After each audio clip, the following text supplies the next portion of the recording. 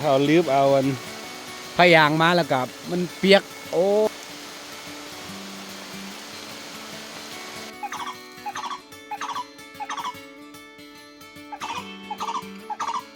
เกิดเป็นสมุนไพรชั้นดีเลยแล้วก็ราคาแพงมันเป็นประมาณนั้นนะกายฮด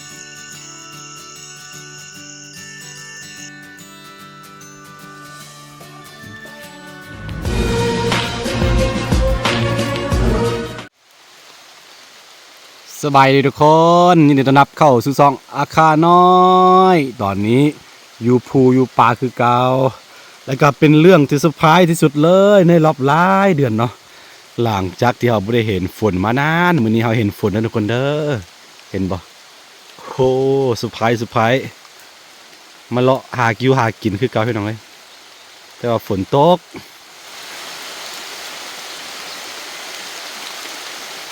นี่เต้นเพราะว่าพายุมันสิหายคือหลายคนหูเนาะถนนเส้นทางมันยังอยู่ลาวเนาะช่วงหน้านี้เนาะหน้าแล้งแบบนี้นะมันจะมีขี้ฝุ่นหลายเพราะว่าเนื่องจากว่าเป็นเส้นทางดินแดงเนาะแล้วก็เวลาฝนตกแบบนี้นะมันก็ดีเด้ขี้ฝุ่นมันยังก็เสียหายไปหมดละกันพายุเชื้อโรคมันยังก็เสียหายไปหมดนะนี่ทุกคนตื่นเต้นเดี๋ยววันนี้สิพา FC เลาะป่าเด้อทุกคนเด้อโอ้สุดยอดเลย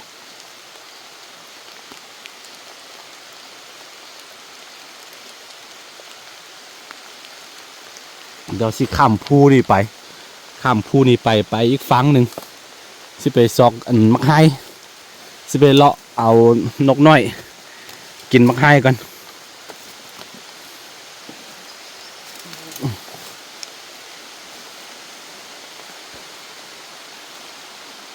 โอ้ตกแห้งเด้ตกแห้ง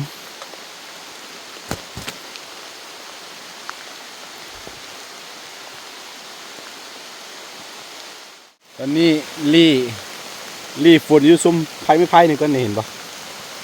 เพราะว่าเขาไม่ได้เอาตัวกันฝนมานี่ว่าวบนสุดความเถื่อฝนใส่ละ โอ้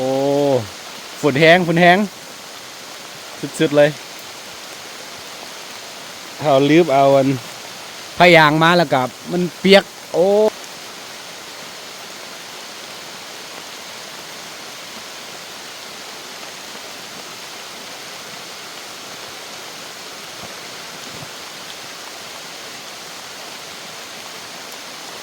ฟ้าหลังฝนสวยงามเด้อพี่น้องเด้อเดี๋ยวสิมีนกหนูมันยังออกมาหากิน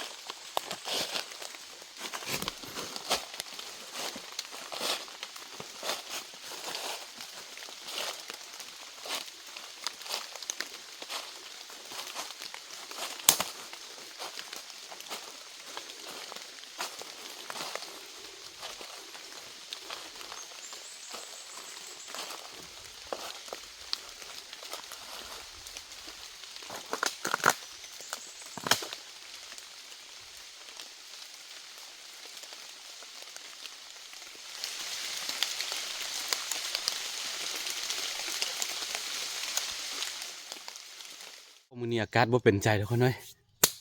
ยุงโคตรหลายปัญหาคือกับไฟตก ก่อไฟบ่ได้โอ้ตอนนี้รู้สึกว่าหิวข้าว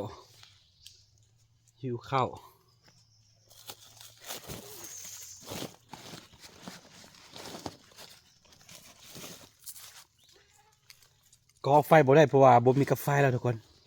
ต้องกินเก็บเอาผลไม้ปลาตามทางมากินนี่คือมะเกือบ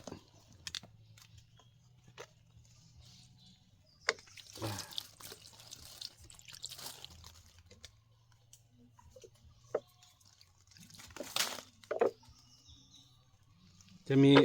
จะออกส้มๆแล้วก็เวลากินน้ำเข้าไปมันจะหวานตัวนี้โอ้ยเปียกเบิดปัญหาตอนนี้คือยุงหลายยุงโคตรหลายเลย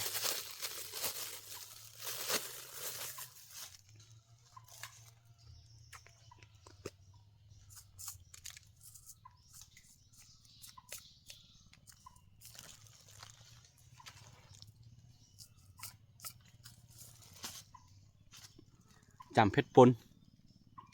นี่เอาตัวนี้จำกินแซ่บโอ้ยลำบากมื้อนี้ลำบาก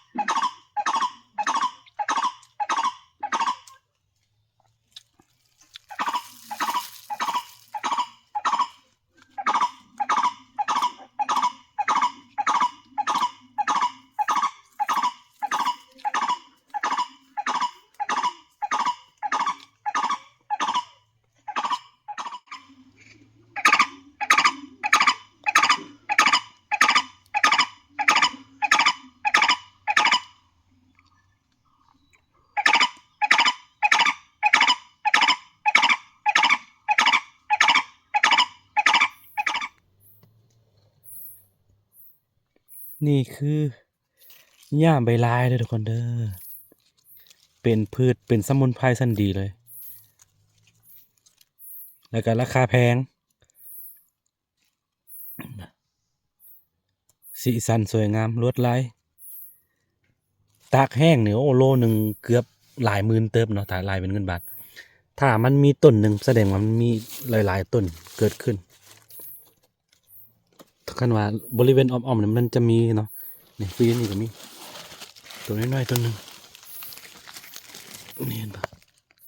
นี่คือสมุนไพรชั้นดีเลยแหละเอาไปเฮ็ดยามียังบ่จักได้ป่ะสำหรับชาวอาขาเนาะเขาจะใส่เวลาเจ็บแข้วนะ เวลาจะฟันนะเขาจะใส่ตัวนี้อบเอาอบแขวเนาะตากแห้งไว้แล้วก็ไปอบแขวมันจะดีบ่แน่ใจว่ามันเป็นผลไม้ชนิดใดเนาะเห็นตัวหอกมากินหลายเสียดายเขามาคำพดเอากลับมาคำเนาะเอากลับมาจากปลานะมันคำพดแล้วก็เลยว่ามันหนีมัดแต่ว่าเห็นละแต่มือหน้ามือเนี่ยสิมาเฝ้าอยู่นี่แหละนี่มาร์กอย่างผมโบจัก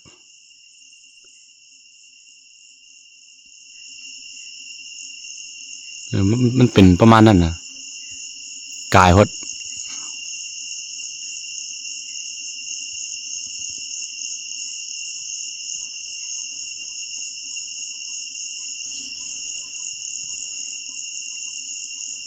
มันกินมาร์กนี่โอ้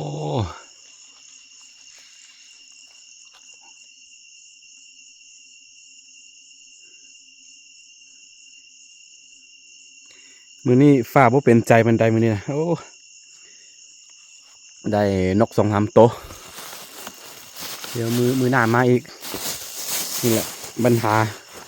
เจอปัญหาหลายอย่างมือนี่เห็นไก่ฟ้า เห็นไก่ฟ้าตัวหนึ่งมือนี่แต่มันโอ้ยมันไวหด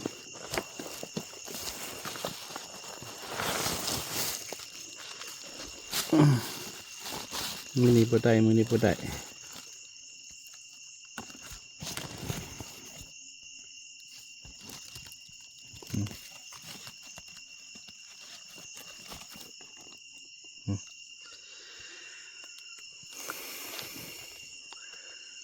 รู้สึกว่าฝนสิตกอีกแล้วพี่น้องเอ้ย